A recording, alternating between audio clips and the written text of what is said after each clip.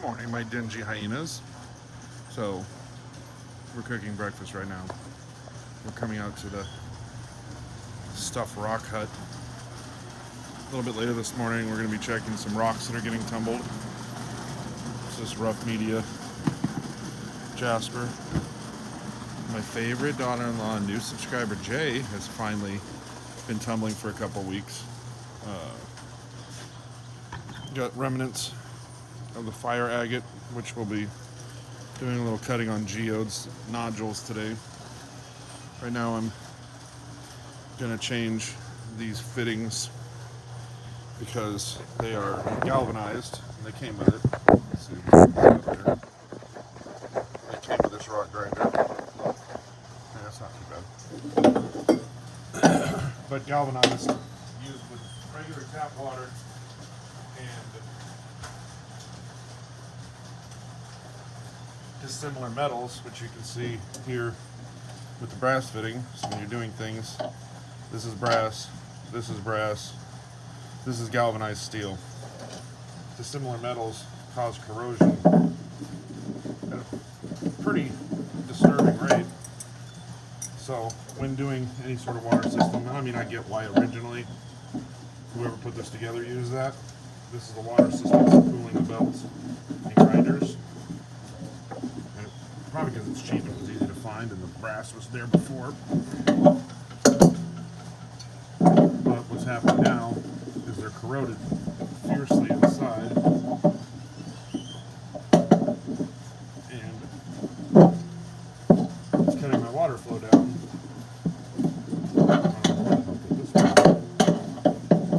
Cutting my water flow down to my belts, which is a problem. The belts are, $100-something.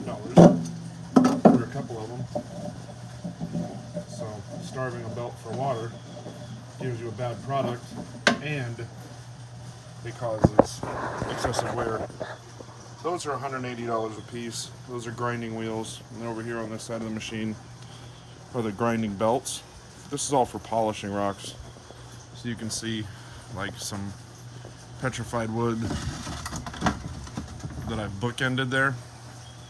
So it still needs some polishing to make these true. But as you can see with our fitting here, there you go, autofocus, see the corrosions built up inside it. This is probably the best one. I cleaned them all out a couple weeks ago when I was here last. And you can see they're problematic.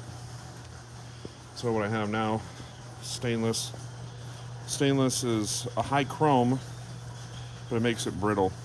So we're going to replace this galvanized, which is just standard steel that's dipped in a coating. A lot of older houses are done with galvanized. I think my daughter's teaching PEX right now, which is PVC, and that's the way to do it. PVC PEX is something that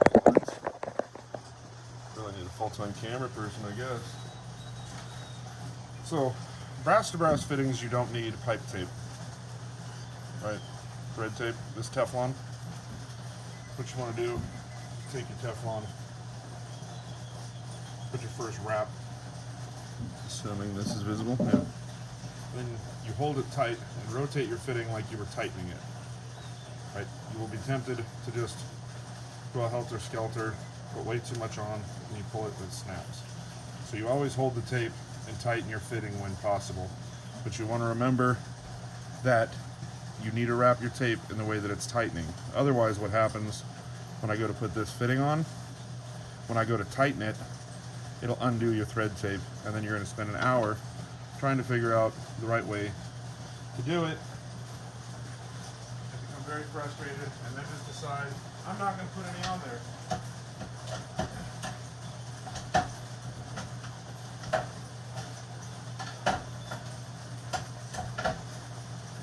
Which will have a bad long-term result.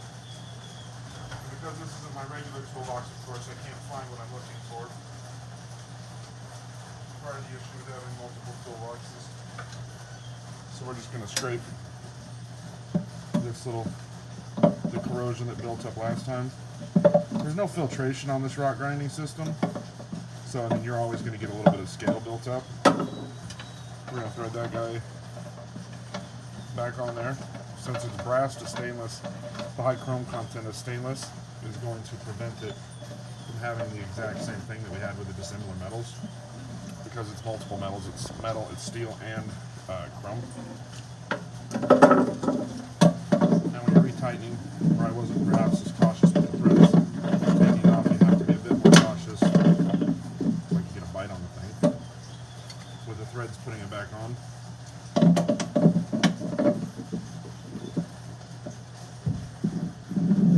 We're going to get it lined back up. We put our brass piece back on here. And that is going to... So these are barred fittings without hose clamps. We're not running high water pressure. Once I put this on, I'll show you. You can get away with just no hose clamp on a barred fitting. And you always should use the right size wrench. But again, not a high pressure system.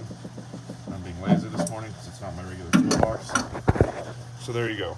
Right? Since you guys will likely inherit this at some point, my recommendation is sell it if you're still into rocks and buy a little guy like this, which I've yet to have time nor place to set up. Anyway, the system operates as such. This is the water sump.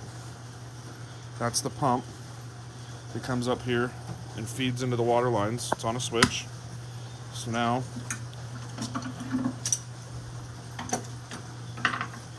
oh look, a little chunk of amethyst. I guess when you have this kind of hobby, you have little semi-precious gems laying around.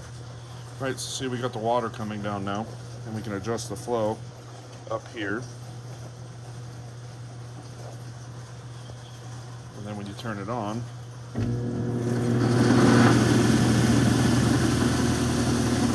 now that's probably a bit too much water. You don't want to be getting sprayed.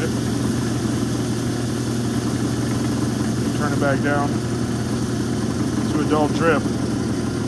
So these are so hard. They'll sand your nails nicely for a manicure, but you can't hurt yourself by touching any of it because your skin is not hard enough. So you see that spins up those belts, and on this side spins up these belts. So for the purpose of cutting down noise, we can leave the water running for a minute and I'll show you how it drains back. This is your coarsest grinding stone, right? So when you start shaping rocks, you start with a saw to get your rough shape, and then you work progressively down through your stones, and you don't stop going down through your stones until all the micro scratches are out of it. And then you come back down here to your highest grit belt, or your lowest grit belt, 160 grit of diamond. Sand there till all the scratches are gone, sand here till all the scratches are gone, and then here, this is like I think 1,000 grit. Don't touch the sides of the belts. I've learned, I'm pretty sure I've healed up since it's right there. I touch the side and it goes through you like a razor. You touch the front, not the sides. Same thing with this. The edges are very sharp when at speed. And then you come down to your buffer and you use a little lemon juice on your leather face pad, and that helps finish up. But you got to get way down with this 1,000 grit to get the scratches so small that our eyes can't see it. So then you get that fine polish that just stays. So like this one, for instance, that's all polish. There's no lacquer, no nothing. So the sheen you see is from polishing on that machine. But as you can see, I have some more work to do because I didn't get it out enough of these micro scratches, right? They go away with water, but you can semi-feel them with your fingernail. This is a piece of jasper. That's what Jay's over there turning. Probably going to turn it into a waterfall bookend. Put some resin, let it come down the natural crystal front of it, like you see all those DYIs. Or I may do it on this face because it's rougher already. So haven't decided just yet what this is going to end up being. But you know, Christmas is around the corner. All right, there you go. So that is your plumbing dad does stuff and basic operation of the rock grinder. So when you inherit it, when I croak, there you go. I'm going to go store this somewhere.